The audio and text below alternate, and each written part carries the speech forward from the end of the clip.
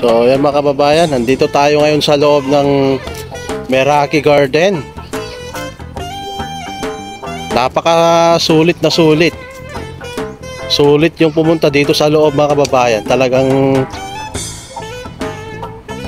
napakaraming makikita rito mga kababayan. Ang gaganda ng mga bougainvillea. Tapos marami ring mga palaruan ng mga bata dito. May mga kubo rin. Kung gusto mong umupo dyan sa mga kubo, pwede rin. So napakaganda ng mga amenities dito. Saka yung ambience talaga. Kaya lang napakainit ngayon. Ang ideal talaga na pagpunta rito,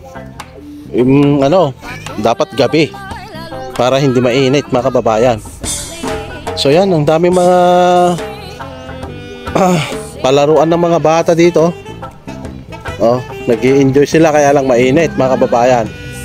So ang ideal time na pagpunta rito mga hapon, alas 5 yan, mga ganun. Sulit na sulit yung 50 pesos na pagpasok mo rito mga kababayan. Ang daming mga makikita rito mga kababayan. Saan ka pupunta? Ha? Tatanggal stress talaga rito. Nakakapag-relax ka rito at nakakapag-unwind ka mga kababayan. Kasi ang dami Baluwang na rin kasi extension yung ginagawa nila rito mga kababayan. May trampoline dito Ayan, papakita ko. Ayan trampoline mga kababayan